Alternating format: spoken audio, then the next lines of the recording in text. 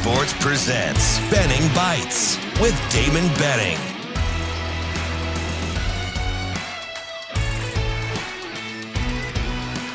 Benning Bites with Damon Benning. Another episode of Benning Bites coming off a pretty powerful show on Friday.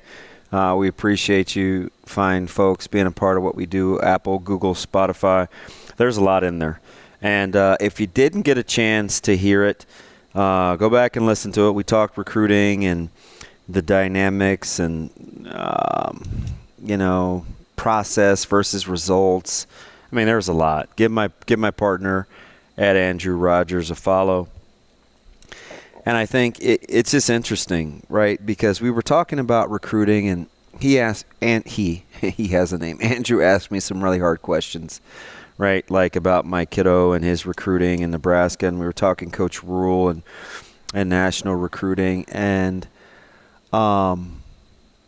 there's this thing, right, where when he asked me the questions, and we had Sauter on, and he's like, yeah, I'm listening real time. And I was like, there's no way he's going to answer those questions. And then when I started answering the questions, there's a lot of, hopefully, some insight that you can glean from that if you're a parent, right? And a lot of you out there listening are. If you're not, it can't hurt you to handicap yourself with the facts to give you an opportunity just to have some perspective. I'm not saying what I think is right or whatever, but it allows you the opportunity to glean some perspective.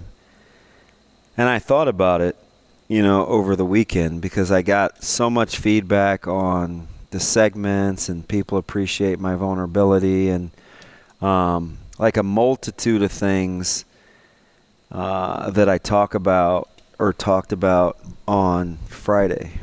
And I think a lot of it goes back to kind of my core beliefs. My dad was my best friend, and obviously a confidant, and somebody that I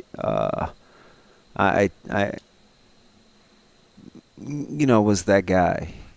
And so one of the things that I learned a ton was not to seek counsel from the less wise. And so when I make decisions, or I need to have an outpour, or just to talk, I try to surround myself with people that are significantly smarter than me. And one of the things that I always appreciate about those people, or whether it's myself or great teachers that I've seen or great coaches, and you heard this a lot from Coach Rule when he was talking to the Chamber of Commerce, was sometimes you just got to meet people right where they're at.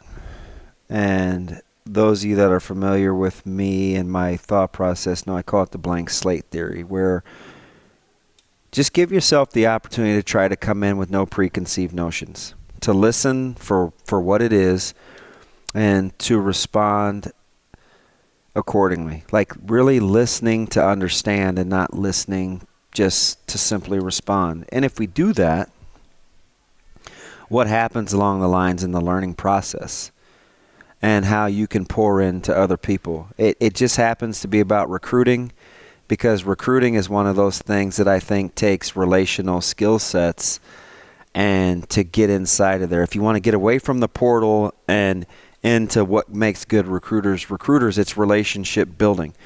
And you know what that centers around? Meeting prospective student athletes right where they're at. No preconceived notions.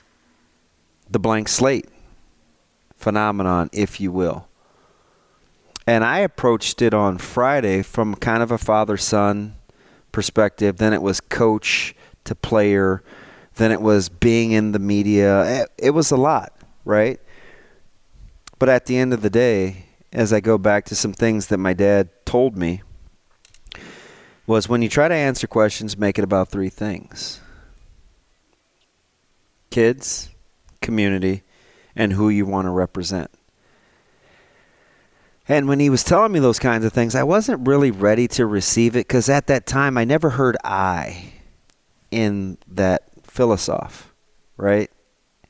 And so as I've gotten older, there are times that I struggle with doing what's best for me, because I've learned everything to the contrary. And it doesn't mean be selfish. It means to be more selfless. That means the ability to do what you need to do in order to have things operate at a high level around you. And I know like semantics, you think that means, I'll put you first. Sometimes it just means being uncomfortable. Sometimes that means getting out of your own way to do the things that you need to do so you and other people can flourish. And it's kind of to the contrary of selfish versus selfless. That first lesson was taught to me by one of my kiddos when I was describing his team's play. And he said, no, we don't need to be more selfish. Or he said, we're not selfish. We need to be more selfless. That means doing the things that need to be done even though it makes you uncomfortable. And the funny thing about that balance is you have to be willing to take some self-inventory. Where am I and what am I doing? How is this affecting everybody else around me? Are you that person that likes to push your shopping cart down the middle of the drive? Well, where am I and what am I doing? That means people got to get to the right that are driving. People have a hard time backing out. But because you're not comfortable walking close to vehicles, you walk in the middle.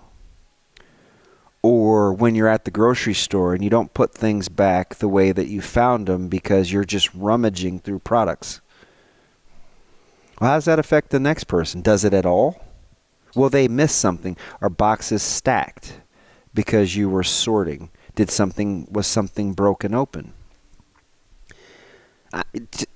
Those are random life examples, but I'll give it some real credence as it relates to athletics.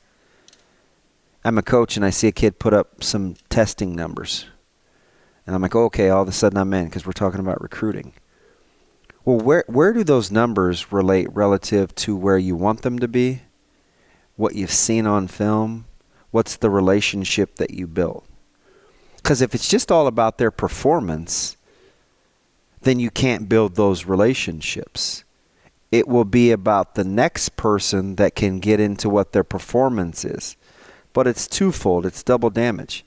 It's not only do people not learn a sense of self-value, it turns into what can you do for me?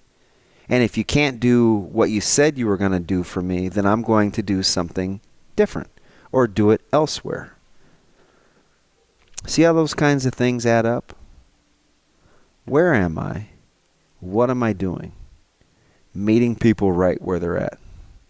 It's critical, and you can apply it to about 10,000 different facets in your life. But if you can remember a couple of general rules of thumb, we'll all recruit better, we'll love better, we'll teach better, we'll support one another better.